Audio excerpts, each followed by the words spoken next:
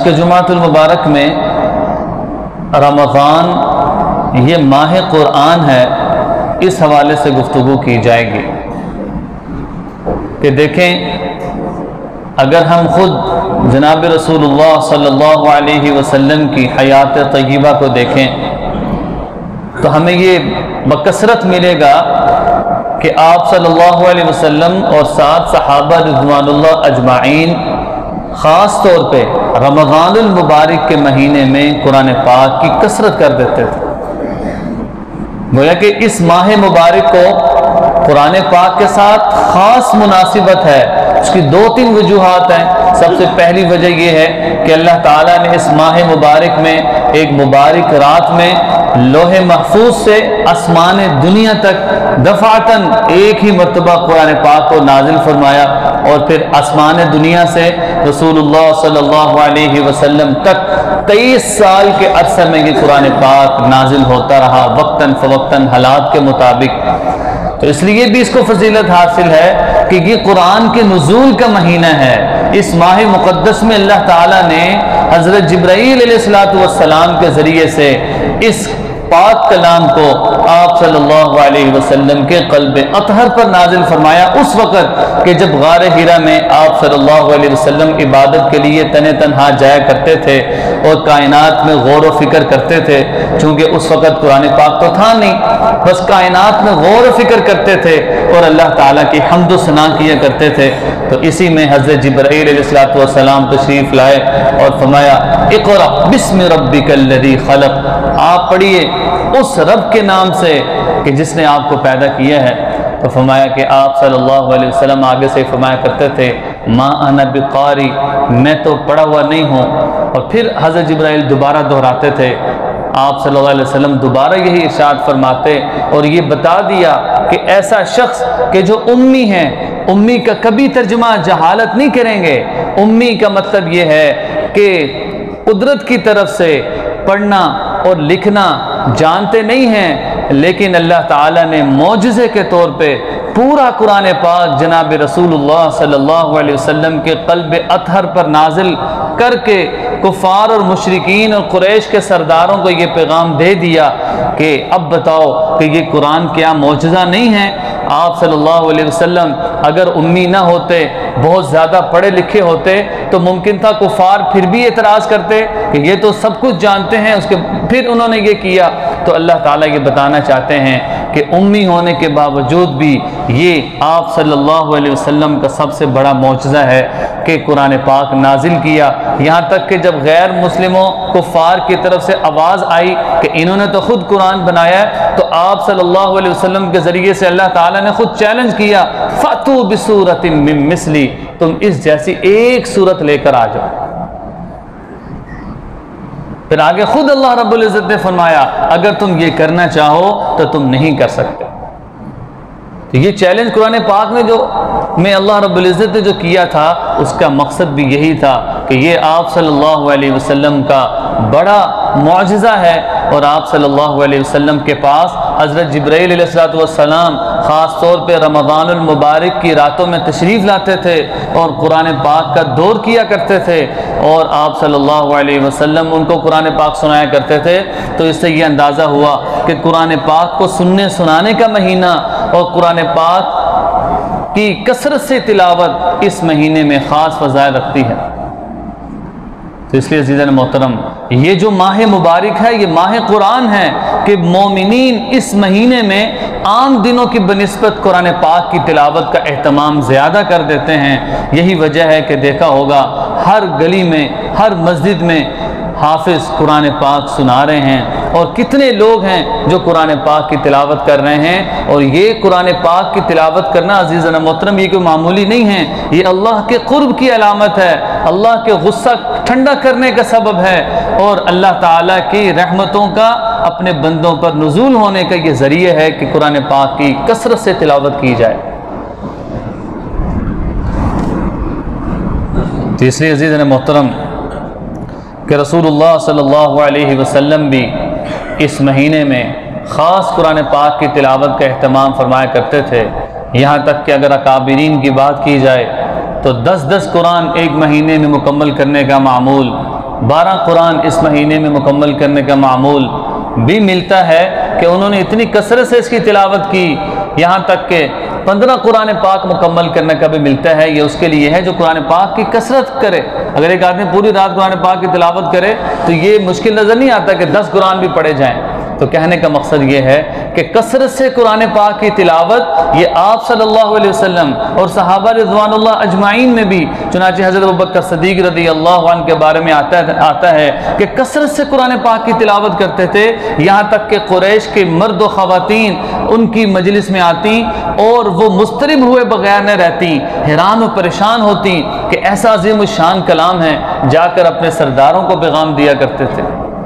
پھر اسی طرح حضرت عمر فاروق رضی اللہ عنہ کے زمانے کی بات کی جائے تو فرمایا کہ جب وہ نماز بھی پڑھاتے تھے، عام حالت میں بھی قرآن پاک پڑھتے تھے، صحابہ فرماتے ہیں کہ ہم سب سے زیادہ روتے حضرت عمر فاروق رضی اللہ عنہ کو دیکھتے تھے کہ وہ جب قرآن پاک پڑھتے سسکیاں لے کر روتے تھے۔ اور سورۃ الطٰہٰ کی تلاوت بھی ان کے اسلام میں داخل کا ذریعہ بنی کہ جب انہوں نے کہا اپنی بہن سے کہ مجھے بتاؤ تم کیا پڑھ رہی ہو، وہ کہنے لگی میں قرآن پاک پڑھ رہی ہوں، اور دیکھا کہ سورۃ الطٰہٰ کی آیات پڑھ کے سناتے گئے اور حضرت عمر فاروق رضی اللہ عنہ کا دل نرم ہوتا گیا۔ یہ وہی عمر فاروق ہیں جو آپ صلی اللہ علیہ وسلم کو نعوذ باللہ قتل کرنے کے لیے گھر سے نکلے ہیں، لیکن جب قرآن پاک دل میں پڑا، دل نرم ہوا، تو وہی عمر فاروق رضی اللہ عنہ جناب رسول اللہ صلی اللہ علیہ وسلم کی خدمت اقدس میں ایمان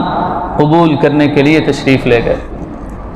تو سے اندازہ ہوا کہ قرآن پاک دلوں کو بھی نرم کرتا ہے، ہدایت کا ذریعہ ہے اور بخشش اور مغفرت کا ذریعہ ہے، بشرطے کہ جو قرآن پاک کی تلاوت کا اہتمام رکھے۔ لہٰذا اگر قرآن پاک کے فضائل کو بات کی جائے، عزیز محترم فضائل تو بہت ہیں قرآن پاک کے، بے شمار کتابیں لکھی جا چکی ہیں، لیکن مختصر عرض کرتا ہوں۔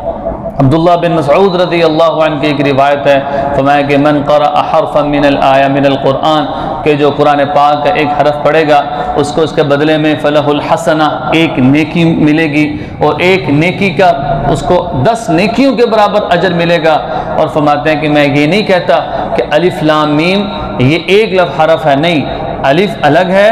لام الگ ہے اور میم الگ ہے۔ یعنی اگر ایک آدمی الف لام میم یہ پڑھے گا تو اس کو 30 نیکیاں ملے گی، 10 جمع 10 جمع 10۔ اور پھر فرمایا کہ جو شروع دن میں سورۃ یاسین کا اہتمام کرے گا اللہ پورے دن کی حوائج اس کی پوری کریں گے۔ یہاں تک کہ حضرت ابو ہریرہ رضی اللہ عنہ کی ایک روایت ہے کہ جو آدمی اپنے دن کے آخر میں عشاء کے بعد سورۃ الملک پڑھنے کا اہتمام کرے گا، یہ سورت اس کے پیچھے لگی رہتی ہے یہاں تک کہ اللہ سے اس کی بخشش نہ کروا دے۔ اور پھر فرمایا حضرت عبداللہ بن مسعود رضی اللہ عنہ فرماتے ہیں کہ میں نے اپنے گھر کی سب خواتین کو سورۃ الواقعہ یاد کروا دی ہے، اور میں نے جناب رسول اللہ صلی اللہ علیہ وسلم سے یہ بات سنی ہے کہ جس گھر میں مغرب کی نماز کے بعد سورۃ الواقعہ کا اہتمام کیا جاتا ہے اس گھر میں کبھی فاقہ نہیں آتا، اس گھر میں کبھی غربت نہیں آتی۔ تو عزیزان محترم یہ قرآن پاک کی برکات ہیں، اور جو قرآن پاک کو اپنی زندگی کا حصہ بنا لے، فرمایا کہ آدھے تو فضائل اسی میں شامل ہیں۔ تو اس لیے فرمایا ایک اور روایت ہے کہ جس میں آپ صلی اللہ علیہ وسلم نے فرمایا کہ مجتمع قوم فی بیت من بیوت اللہ، حدیث پاک میں آتا ہے کہ جو قوم اللہ کے گھروں میں سے کسی گھر میں جمع ہو کر اللہ کو یاد کرتی ہے، یتلون کتاب اللہ، قرآن پاک کی تلاوت کرتی ہیں، وَيَتَدَارَسُونَ بَيْنَهُمْ، اور سیکھتی سکھاتی ہیں، فرمایا کہ ایسی قوم پہ اللہ تعالیٰ سکینہ کو نازل فرماتے ہیں، وَحَفَّتْهُمْ، اور رحمت ان کو ڈھانپ لیتی ہے، اور آخر فرمایا وَذَكَرَهُمُ اللَّهُ فِي مَنْ عِنْدَهُ، اللہ ان کا تذکرہ فرشتوں کے ہاں تفاخر کے طور پہ فرماتے ہیں کہ جو قرآن پاک کی تلاوت کر رہے ہیں، جو قرآن پاک سن رہے ہیں اور جو قرآن پاک پڑھ رہے ہیں۔ اب اس سننے پڑھنے کا اطلاق تراویحوں میں بھی ہوتا ہے، عام حالت میں بھی ہوتا ہے، نماز میں بھی ہوتا ہے، یہ ہر وقت کے لیے ہے۔ اگر میں نماز میں قرآن پاک کی تلاوت سن رہا ہوں تو یہ فضائل مجھے اس وقت بھی ملیں گے کہ اللہ میرا تذکرہ فرشتوں کے ہاں فخر کے طور پر فرمائیں گے۔ جب یہ فضائل دل میں ہوں گے تو تراویح پڑھنا بھی آسان ہے، قرآن پاک کی تلاوت کرنا بھی آسان ہے، سننا بھی آسان ہے، کیونکہ جس عمل کا فضائل سامنے ہوں تو وہ کرنا آسان ہو جاتا ہے۔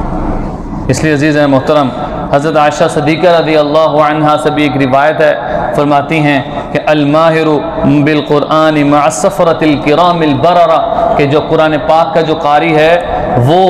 معزز فرشتوں اور اس کا حشر نبیوں کے ساتھ ہوگا۔ اور آگے حدیث کا ٹکڑا فرمایا کہ جو آدمی قرآن پاک پڑھے اور اٹک اٹک کر پڑھے اس کے لیے دوہرا اجر ہے، ایک قرآن پاک پڑھنے کا اور دوسرا مشقت اٹھانے کا۔ اب اس کا یہ مطلب ہے کہ قرآن پاک پڑھنا چاہتا ہے، یہ سیکھنا چاہتا ہے لیکن اٹک اٹک کر پڑھتا ہے، اس میں علماء نے لکھا کہ یہ ضروری ہے چیز کہ وہ کوشش بھی کرے سیکھنے کی۔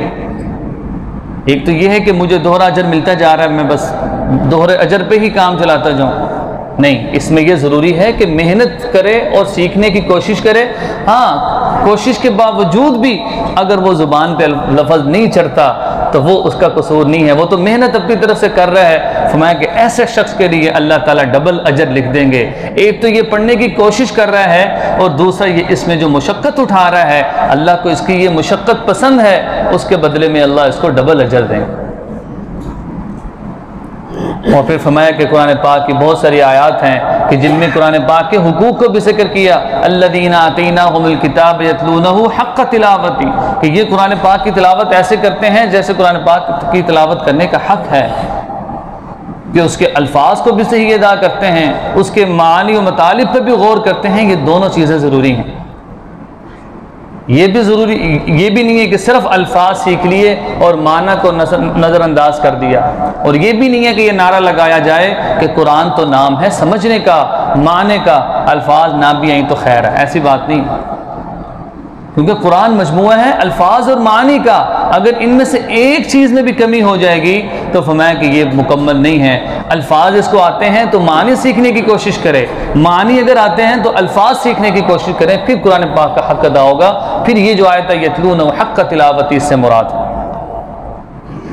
اب عزیزان محترم، اس میں یہ بات سمجھیے کہ بحیثیت مسلمان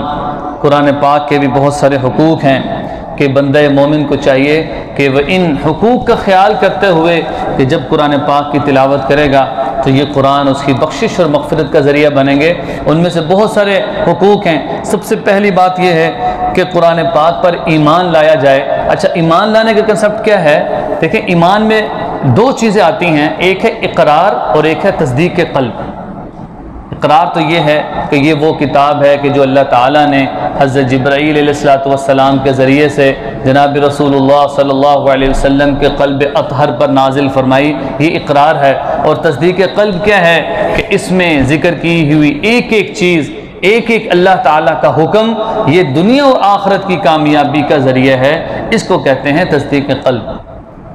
کہ دل سے مانا جائے کہ یہ جو قرآن ہے یہ راہ ہدایت ہے۔ اگر کوئی قرآن پاک کے ذریعے سے راہ ہدایت حاصل کرنا چاہتا ہے اور آپ صلی اللہ علیہ وسلم کی تعلیمات کو سیکھنا چاہتا ہے تو یہ اللہ تعالیٰ کے احکامات اور آپ صلی اللہ علیہ وسلم کے طریقے ہمیں قرآن و حدیث میں ملیں گے، اور اسی سے اللہ تعالیٰ انسان کی ہدایت کے فیصلے کر سکتے ہیں۔ یہ مراد ہے تصدیق قلب کا، کہ دل سے اس کو مانا جائے۔ اور پھر فرمایا کہ اگلی بات یہ ہے کہ قرآن پاک کی تلاوت کی جائے، یہ قرآن کا حق ہے۔ میرے گھر میں 20 قرآن بھی پڑھے ہوں لیکن ان کی تلاوت کا اہتمام نہ ہو تو وہ باعث برکت تو ہوں گے لیکن مجھے جو فائدہ ہونا چاہیے تھا وہ فائدہ نہیں ہوگا۔ فی نفسی ہی قرآن پاک برکت ہے، اس حد تک ہوگا، لیکن میری زندگی میں جو قرآن پاک کا حصہ ہونا چاہیے وہ نہیں ہوگا۔ اب میں قرآن پاک کی تلاوت کا حق کیا ہے؟ بہت ساری روایات میں سب سے پہلے قرآن پاک کی آیت کو دیکھتے ہیں کہ ورتل القرآن ترتیلا، کہ قرآن پاک کو خوب ٹہر ٹہر کے پڑھو۔ خوب ٹہر ٹہر کے پڑھنے کا مطلب کیا ہے؟ کہ ہر حالت میں قرآن پاک ایسے پڑھے جائیں کہ اس کے الفاظ سمجھ آئیں۔ اب ایک اتنی محنت اور مشقت سے تراویح پڑھی جا رہی ہے لیکن سمجھ ہی کچھ نہیں آ رہا، ایک ایک لفظ بھی سمجھ نہیں آ رہا، تو مشقت بھی اٹھا رہے ہیں اور اس کے معنی بھی خراب ہو رہے ہیں، الفاظ بھی صحیح ادا نہیں ہو رہے، تو کیا فائدہ؟ اس لیے صرف 5 یا 10 منٹ اوپر لگ جائیں، قرآن پاک کا حق ادا ہو جائے، یہ قرآن بخشش کا ذریعہ بن جائے تو ہمیں اور کیا چاہیے؟ اس لیے فرمایا کہ ورتل القرآن ترتیلا، قرآن پاک کو ٹہر ٹہر کے پڑھنے کا حکم دیا گیا۔ اور دوسری روایت میں یہ فرمایا گیا کہ زینوا القرآن باصواتکم، آپ صلی اللہ علیہ وسلم نے اس حدیث فرمائی کہ قرآن پاک کو اپنی آوازوں سے خوبصورت کرو، کہ مزین کرو قرآن پاک کو، خوبصورت پڑھو۔ اب ایک آدمی تجوید کے ساتھ بھی پڑھتا ہے اور خوبصورت پڑھنے کی بھی کوشش کرتا ہے تو یہ اس کو فضیلت ملے گی۔ اور پھر آپ صلی اللہ علیہ وسلم نے فرمایا اقرأوا القرآن بحون العرب، قرآن پاک کو عرب کے لہجوں میں پڑھو۔ عرب کے لہجوں سے مراد کیا ہے کہ جس طرح وہ اپنی آواز کو خوبصورت کرتے ہیں، اس میں نغمہ شامل نہیں ہے، وہ ایک الگ بحث ہے۔ مراد یہ ہے کہ سب سے مقدم چیز تجوید ہے، کہ جس حرف کو جیسے ادا کرنا چاہیے اس طرح ادا کیا جائے، یہ قرآن پاک کا حق ہے۔ لہذا ایک روایت ہے عبداللہ بن مسعود رضی اللہ عنہ کی، وہ فرماتے ہیں کہ ایک مرتبہ آپ صلی اللہ علیہ وسلم، میں بیٹھا تھا، آپ صلی اللہ علیہ وسلم تشریف لائے، آپ فرمائے اقرأ علیہ یا ابن عبداللہ، کہ اے عبداللہ بن مسعود مجھے قرآن پاک پڑھ کے سناؤ۔ فرماتے ہیں کہ میں نے آپ صلی اللہ علیہ وسلم سے عرض کی کہ یا رسول اللہ قرآن آپ پر نازل ہوا ہے اور آپ مجھے کہہ رہے ہیں پڑھ کے سناؤ، تو آپ صلی اللہ علیہ وسلم نے جملہ ارشاد فرمایا ان اشتہا ان اسمع من غیرہ، کہ میں چاہتا ہوں کہ میں قرآن پاک دوسروں سے سنوں۔ تو اس لیے سننے کا شوق بھی آپ صلی اللہ علیہ وسلم میں موجود تھا، ان کا جذبہ۔ اب اگر میں قرآن پاک سنتا ہوں تو یہ بھی سنت پر ایک قسم کا میں عمل کر رہا ہوں۔ تو اس لیے فرمایا کہ آپ صلی اللہ علیہ وسلم نے یہ جملہ ارشاد فرمایا کہ میری خواہش ہے کہ میں دوسروں سے بھی قرآن پاک سنوں، اور صحابہ پڑھ کے سنایا کرتے تھے۔ اب عزیز محترم، تیسرا حق یہ ہے کہ جہاں پر قرآن پاک کی تلاوت کی جاتی ہے وہیں پہ قرآن پاک کو سمجھنے کی کوشش کی جائے۔ ایک یہ ہے کہ میں اس کے الفاظ میں ماہر ہوں، اور دوسرا یہ ہے کہ مجھے اس کے معنی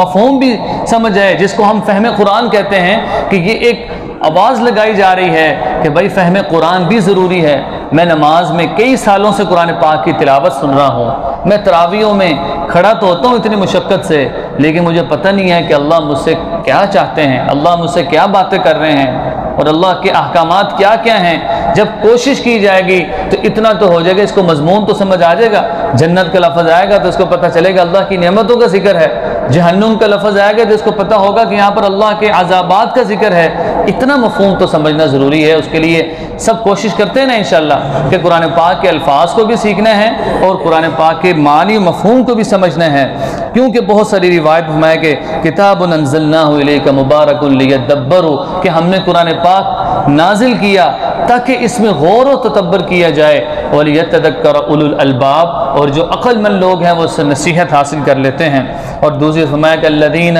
افلا یتدبرون القرآن ام علی قلوب اقفالها، کہ ان کو کیا ہوا کہ یہ قرآن پاک میں غور و فکر نہیں کرتے، یا تو ان کے دل بند ہو گئے ہیں۔ یہ قرآن پاک کی آیت ہے۔ اور فرمایا کہ چوتھا حق یہ ہے کہ قرآن پاک پر عمل کیا جائے۔ ظاہر ہے جب تلاوت میں نے کی ہے اور جب معنی مفہوم میرے ذہن میں آگے ہیں تو اس کے بعد کا درجہ یہ بنتا ہے کہ میں عمل کی کوشش کروں، میں کہ عمل سے ہی اللہ رب العزت نے کامیابی کا وعدہ کیا ہے۔